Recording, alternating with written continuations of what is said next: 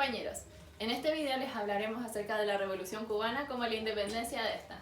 Los integrantes son Marichu Berríos, Constanza Mesa, Benjamín Jiménez y Javier Soto Lincoña.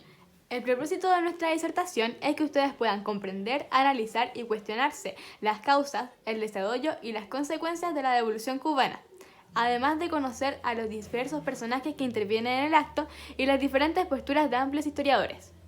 Para esto veremos en el siguiente orden. Primero, Cuba antes de la Revolución como una introducción y contextualización al tema.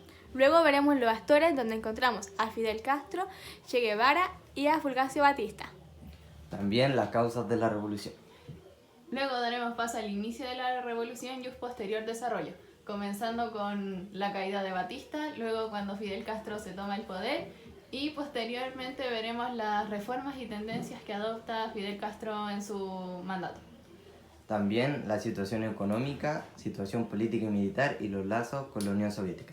Luego veremos las consecuencias de esta revolución. Y además presentaremos las diversas posturas historiográficas frente a esta revolución. Para finalizar con la conclusión.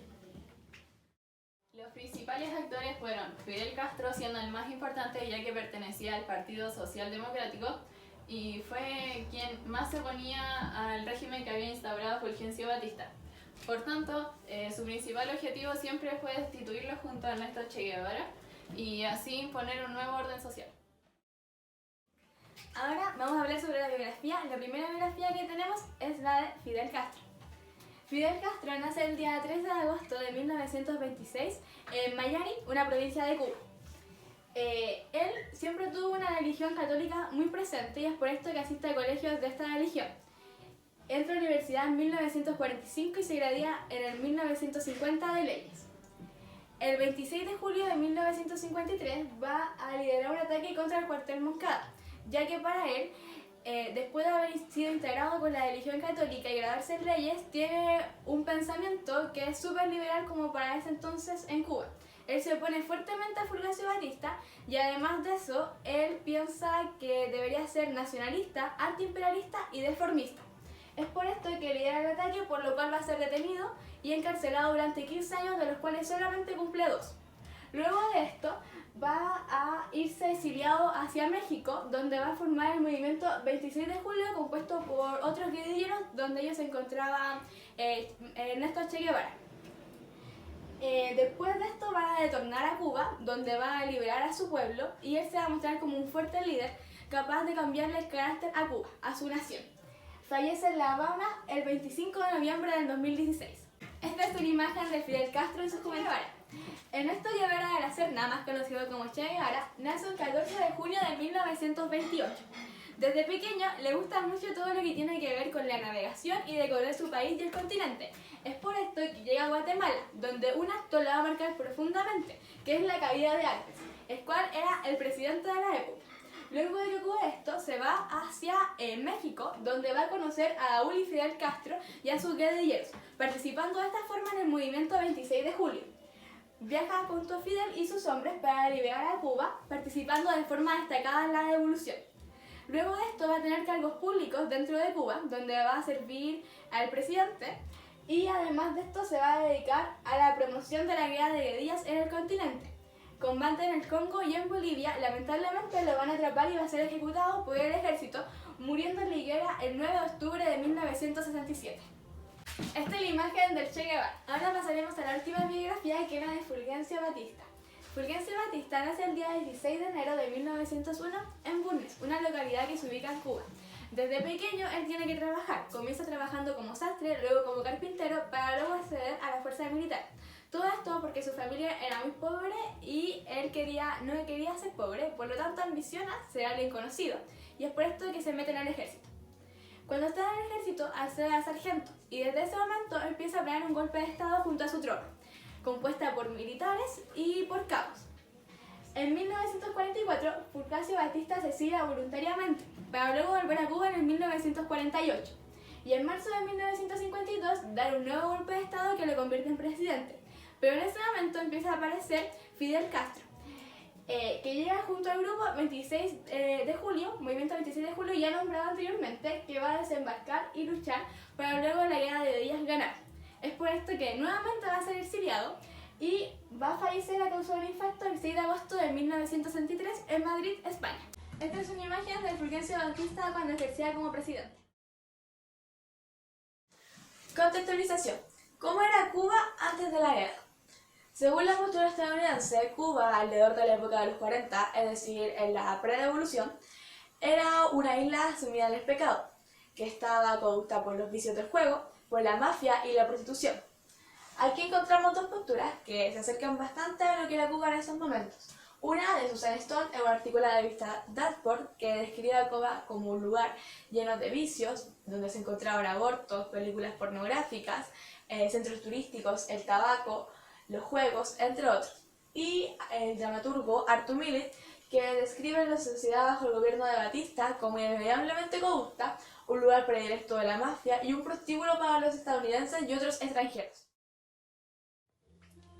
Causas de la Revolución Cubana. Las principales causas de esta revolución fue la influencia mundial de la Revolución de Octubre de 1917, el golpe de Estado de Fulgencio Batista en contra del gobierno legítimamente electo de Carlos Prioso Carrás y la dependencia de Estados Unidos que mantenía a Cuba durante la dictadura militar de Batista.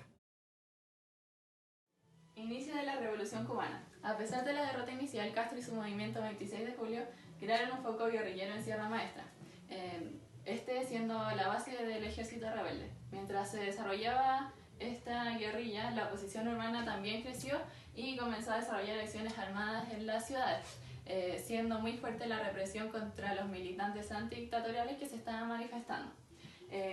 Luego de esto, la huelga general que había propuesto Fidel Castro fracasó por la falta del apoyo popular, por su indiferencia y además por la falta del apoyo de los sindicatos populistas y comunistas. Lentamente la guerrilla salió de este aislamiento gracias a una ofensiva militar en los llanos, donde se destruyeron gran cantidad de cosechas. En 1957 la guerrilla de Castro había logrado identidad, pero no tanto valor como para poder destituir a Batista. Pero luego la apertura de dos frentes guerrilleros, uno al mando de Raúl Castro y Juan Almeida, y la coordinación de las acciones militares por Camilo Cienfuegos y Ernesto Che Guevara, consolidaron un avance revolucionario, mientras la integración militar del Partido Social Popular en el movimiento 26 de julio aumentaba la agitación urbana. La caída de Batista. En julio de 58, el Pacto de Caracas consolidó la coalición anti-Batista y aceleró la caída de la dictadura, ya sin el apoyo de Washington, que desde abril que no estaba enviando los armamentos hacia Cuba. En agosto comenzó la ofensiva final y el 1 de enero del 59, con el pueblo en la calle enarbolando las banderas de la moralización, el nacionalismo y el antiimperialismo, consiguieron que los seguidores de Castro se tomaran La Habana y así destituyeran a Batista, quien era el que estaba al poder. Fidel Castro toma el poder. El respaldo popular del movimiento 26 de julio le permitió a Castro hacerse el control de la situación y así hacer transformaciones tanto políticas y económicas como también sociales. Luego comienza un proceso revolucionario destacándose por el tradicional nacionalismo cubano y el gran consenso de la población. En muy poco tiempo Castro impulsó un giro autoritario, destacándose por su liderazgo y gran carisma. Incluso Castro decía que no se podía ser un revolucionario cubano sin ser un comunista. Tras su integración en el bloque soviético, Cuba puso en marcha políticas igualitarias para construir el socialismo, objetivo al cual aún no renuncia.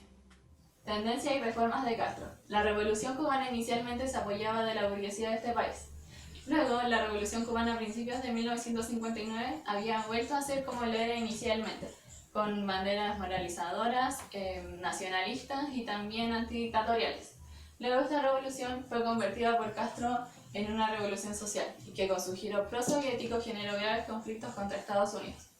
La negativa de Castro a institucionalizar su revolución y a convocar elecciones respondía a la decisión de mantener este giro revolucionario.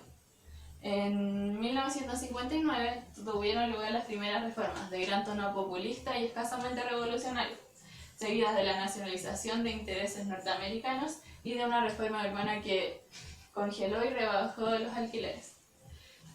Castro, gracias a las moderaciones iniciales que realizó, tales como una campaña de alfabetización y una red sanitaria que garantizaba una red de salud a toda la población, le permitió ampliar su base de apoyo popular. Situación económica. Se mostró contrario al industrialismo de Guevara, ya que era partidario de un mayor gradualismo, tanto por la falta de cuadros para impulsar el gobierno de Che, como para no aumentar el número de enemigos de la revolución. En 1963, en un nuevo golpe de péndulo, Castro rescató al denostado sector azucarero, señalando que en 1970 la economía azucarera, a pleno rendimiento, obtendría una zafra de 10 millones de toneladas.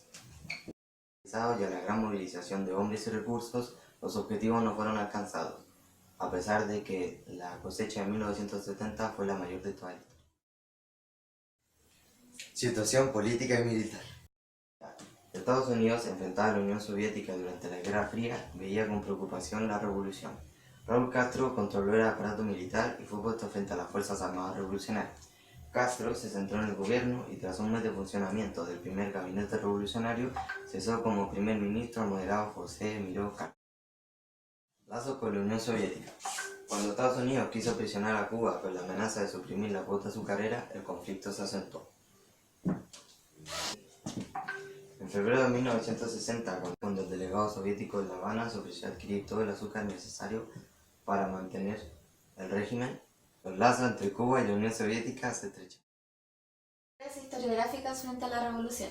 Sergio Guerra Vilaboy, cubano historiador, profesor e investigador, menciona para las noticias: el país tenía en su historia esa tragedia de la cercanía a Estados Unidos, que limitaba su soberanía, pero al mismo tiempo era el vínculo que permitía que la modernidad capitalista llegara como a ningún otro lugar. Lo que Vilaboy quiere decir es que una de las razones de la revolución fue que Cuba era el país con mayor crecimiento capitalista relativo, entonces esa crisis política le llegaría con mucha mayor fuerza y se expandiría con mucha más fuerza en todos los países de Latinoamérica. El siguiente historiador, René González, cubano historiador, presidente del Instituto de Historia de Cuba y otros, afirmó desde el Palacio de Convenciones: la Revolución Cubana es una obra histórica construida por el pueblo y es parte de un proceso largo e ininterrumpido. Lo que quiere decir es que para él la revolución partió gracias al pueblo y además fue un proceso muy extenso. Finalmente está Rafael Rojas Gutiérrez, historiador y ensayista cubano. Menciona en entrevista con La Razón: las revoluciones no son eternas. El ejercicio de revisión de la historia puede colaborar en la democratización de la sociedad y el régimen cubano. Lo que quiere decir en este fragmento es que todas las revoluciones deben llegar a un punto final, aunque éstas sean extensas. Además, el conocer la historia ayudaría a alcanzar una democracia en donde se aprende de los errores, en este caso, los de Cuba. A continuación tendremos el testimonio de Fidel Castro en primera persona, frente a la situación. Basta ya de la ilusión de que los problemas del mundo se pueden resolver con armas nucleares. Las bombas podrán matar a los hambrientos, a los enfermos, a los ignorantes, pero no pueden matar el hambre, las enfermedades, la ignorancia. No pueden tampoco matar la justa rebeldía de los pueblos.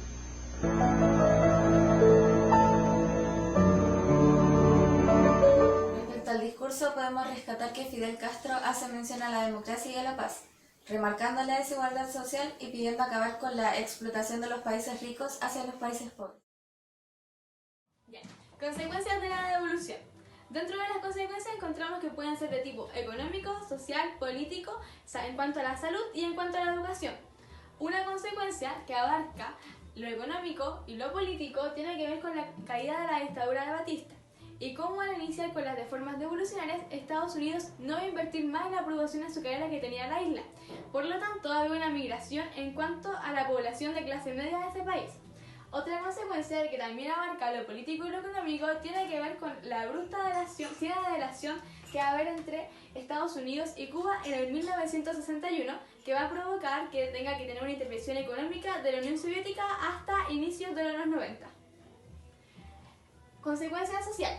La revolución cubana va a ejercer una fuerte influencia en todo lo que tiene que ver con lo largo y ancho de Latinoamérica, y esto se puede comprobar en el caso de Chile, donde Chile teníamos un presidente que se podía categorizar como de izquierda y que por medio de la intervención estadounidense se le asemeja a Pinochet, que va a instalar un régimen sangriento que es anticomunista. Una consecuencia de la educación tiene que ver con las inmensas campañas para fomentar la alfabetización que se van a demostrar en todo lo que tiene que ver con la creación de escuelas, de universidades y centros gratuitos para las personas. Y en cuanto a la salud, hay un mejoramiento en todo lo que tiene que ver con el alcantarillado, con la mejora de infraestructura de hospitales y con la salud pública. Además de esto, se van a implementar cursos gratuitos para la gente que quiere estudiar medicina, y es por esto que Cuba tiene una mejora en la salud. En conclusión, podemos decir que la Revolución Cubana fue un proceso que trajo consigo cambios tanto sociales, económicos, culturales, en cuanto a la salud y en cuanto a la educación. También la Revolución Cubana va a servir de inspiración a muchos otros países, y nosotros como grupo encontramos que Cuba demuestra su coraje en esta revolución, ya que ningún país se había interpuesto contra la gran potencia que era Estados Unidos en esa época, y medios en plena Guerra Fría. Es por eso que nosotros en nuestro título colocamos como la liberación de Cuba, la libertad de Cuba, ya que Cuba es capaz de enfrentarse a una guerra contra un gran enemigo para así lograr la liberación del régimen al que estaba siendo sometido, de la dictadura que estaba infligiendo Batista. En esta imagen que vemos acá podemos ver la alegría y la ansia de liberación de los fuertes líderes, de las personas, de los civiles, ya que todos buscaban con ansias la liberación de su isla. Muchas gracias por su atención.